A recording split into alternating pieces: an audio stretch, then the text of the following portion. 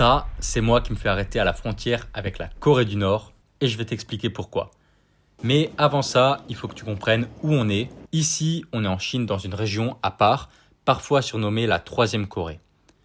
Quand on parle de vivre à côté de la Corée du Nord, on imagine tous la même chose, une ambiance lourde, de la tension, un endroit oppressant. Moi aussi, c'est ce que je pensais, mais ce que j'ai découvert ici est très différent de ce que j'imaginais. Dans cette vidéo, je vais vous emmener avec moi pendant une journée visiter la ville de Yanji.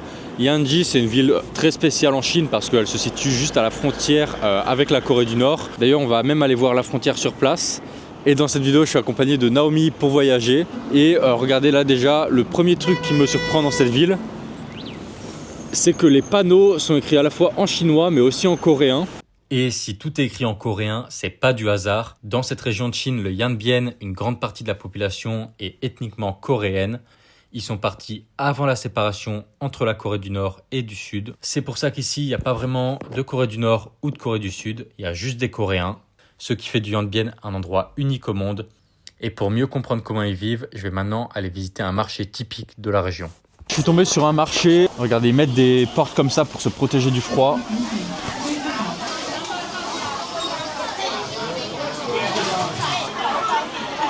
Alors regardez-moi les épices qu'il y a. Ils aiment trop manger épicé les Chinois. Et je crois que les Coréens aussi d'ailleurs. En tout cas, le marché il est vraiment interminable. Plus on s'avance dedans, plus on se perd. Bon là, ils préparent des déjeuners super spéciaux. J'ai jamais vu ça. Regardez, ça c'est de la citrouille avec du riz autour. Et là, c'est des poivrons avec du riz. Bon, la Chine, c'est vraiment le futur. Regardez-moi ça. Non, je rigole. Là, le marché, il fait plutôt vieux. Bon, et regardez, les vendeurs, pour vendre leurs produits, ils font aussi des lives en direct comme ça sur les réseaux. Et au moins, ça leur permet de vendre tout ça sur le TikTok Shop.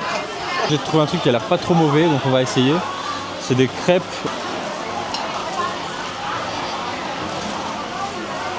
Donc voilà, ils me coupent ça avec le ciseau. Et j'aurai ça dans une petite barquette. Ah, c'est cher. Thank you. Ça ressemble à ça, donc on va essayer. Le pain est très très bon. Après moi j'aime pas trop les crevettes. Donc c'est pas un truc que je trouve très bon. Mais bon ça passe. 5 sur 10 quoi. Alors là je suis tombé sur un magasin assez spécial. C'est un magasin où ils vendent des bois de serre. Regardez. Parce que dans le nord-est de la Chine, je crois qu'il y a beaucoup de cerfs. Et je pense qu'ils se servent de ça pour faire de la médecine traditionnelle ou un truc comme ça. Après avoir exploré le marché, je quitte Yanji pour me diriger vers Tumen. À quelques kilomètres d'ici commence la Corée du Nord. Plus on s'en rapproche, plus l'ambiance change, la ville disparaît et tout devient beaucoup plus calme. Là, je suis arrivé à Tumen. Alors là, je suis dans la ville. Apparemment, c'est une ville de 100 000 habitants d'après ce que j'ai regardé. Donc ça reste quand même une grosse ville au bord de la frontière. Et regardez les bâtiments comme ça fait pas rêver, je vais pas vous mentir. Et là il y a quelqu'un qui vend un peu des drapeaux de la Corée du Nord mais aussi de la Chine. Parce qu'on est voilà, juste à la frontière. Là je viens d'arriver vraiment à la frontière avec la Corée du Nord. On voit qu'il y a un poste de police juste ici. Et, la grande porte que vous voyez là, c'est la séparation officielle entre la Chine et la Corée. Et vous pouvez voir que les deux pays sont unis par un pont quand même. Il y a un train qui passe, peut-être pour tout ce qui est commerce quand même, parce qu'il y a quelques échanges commerciaux qui se font entre la Chine et la Corée, je crois. Au bord de la frontière, je me suis fait contrôler par la police. Ici, on est dans une zone extrêmement sensible et la Chine veut éviter tout incident ou malentendu. La police a vérifié mon passeport et mon visa pour s'assurer que tout était en règle.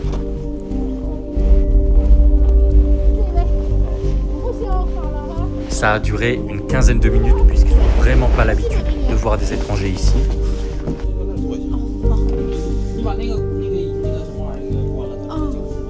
C'était pas une arrestation, mais quand tu es étranger, surtout proche de la frontière, tu dois montrer ton passeport pour qu'ils sachent qui tu es. Et même si ça surprend sur le moment, les policiers ont été super sympas.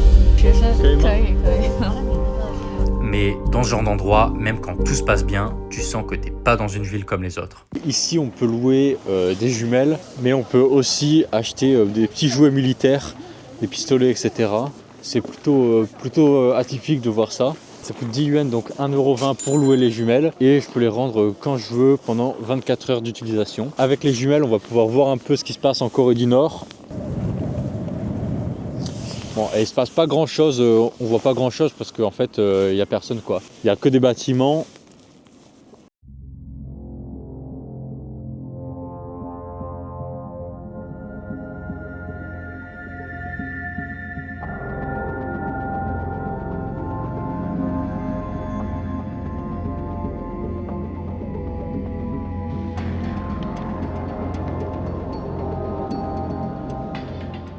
Dans ce genre d'endroit, on se dit qu'on va voir un truc stylé, on va voir un truc un peu inattendu. Mais en fait, c'est juste une frontière.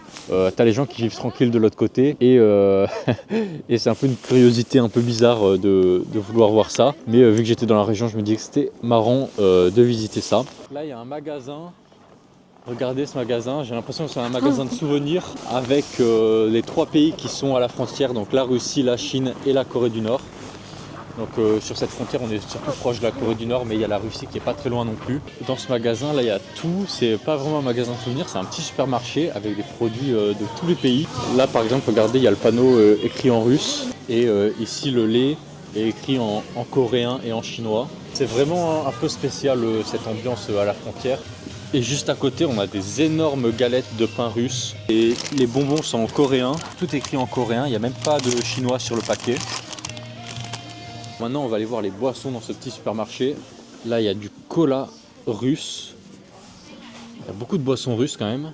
Et ici, il y a les boissons coréennes. On voit tout de suite la différence entre les boissons un peu occidentales et les boissons asiatiques. Un étage dans le supermarché qui nous donne justement la meilleure vue, je crois, sur la Corée. Regardez, on dirait que c'est un rempart, le supermarché.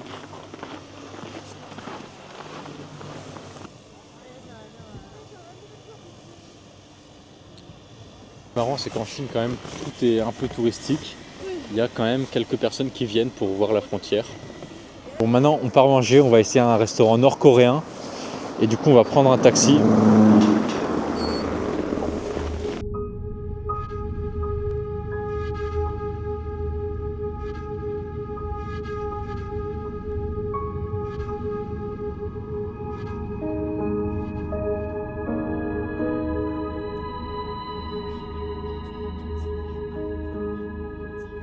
Je suis tombé là-dessus, c'est un restaurant nord-coréen, voilà, c'est écrit en chinois et en coréen. Et on va tester. Et ce qu'ils font beaucoup ici, c'est que sur les portes, ils mettent ce matériau-là pour protéger.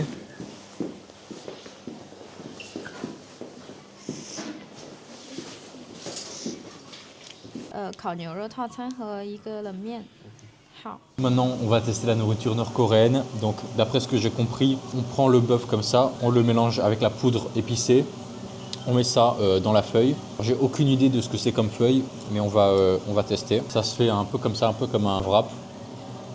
Honnêtement, c'est super bon. La feuille, elle a vraiment un goût très fort. Et tous les ingrédients, on sent qu'ils ont chacun leur saveur. Honnêtement, c'est super bon. Ça ressemble pas du tout à la cuisine asiatique qu'on a l'habitude de manger. Là, ils nous ont apporté des nouilles froides. Ça s'appelle langmian.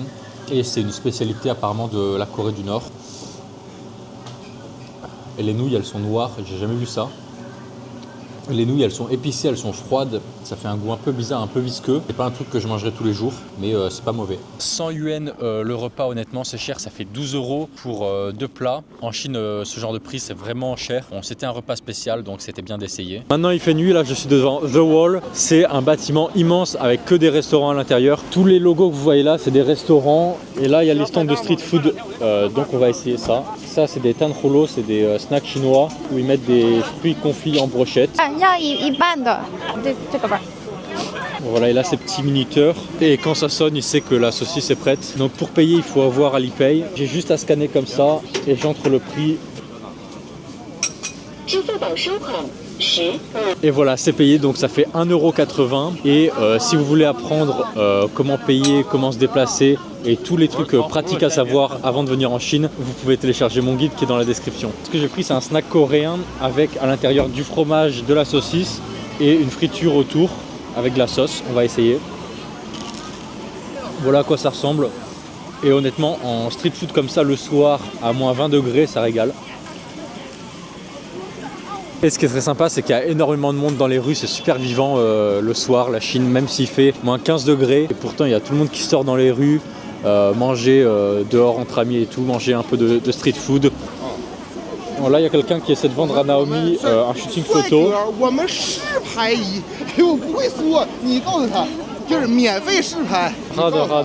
Il nous a convaincu, du coup on va faire un petit shooting photo. Donc pour 30 yuan c'est 3,50 €, vous avez 5 photos de photographes. Hello. Yeah, I'm thank you and you. 不对，还有什么词儿教我一个？ Voilà, on va faire des photos juste derrière ça. Toutes les personnes que vous voyez là, elles viennent se prendre en photo devant le bâtiment parce qu'ils trouvent ça joli, avec les lumières, les LED, etc. Donc là par exemple Naomi, elle va se faire prendre en photo, il leur donne des accessoires pour que les photos rentrent bien. Et là le photographe il lui dit comment se tenir. Maintenant on a pris les photos et là du coup il faut choisir quelle photo on veut sélectionner et il va les envoyer directement par WeChat. Et voilà, on récupère toutes nos photos comme ça et on n'a plus qu'à les télécharger et ça donne un super rendu. Avant de venir ici, je m'imaginais un endroit lourd et oppressant, mais pas du tout comme on l'imagine de l'extérieur. Les gens ici vivent normalement, ils mangent, ils sortent, ils rigolent. Malgré tout, la frontière elle est bien là, il y a une tension, une présence, on sent qu'on est dans une zone à part. Mais la Corée du Nord n'est pas une obsession ici. Merci d'avoir suivi cette vidéo, on se retrouve très bientôt pour mon expédition jusqu'à la ville la plus froide de Chine. Et si vous voulez voyager en Chine, vous pouvez télécharger mon guide qui est dans la description. Salut à tous.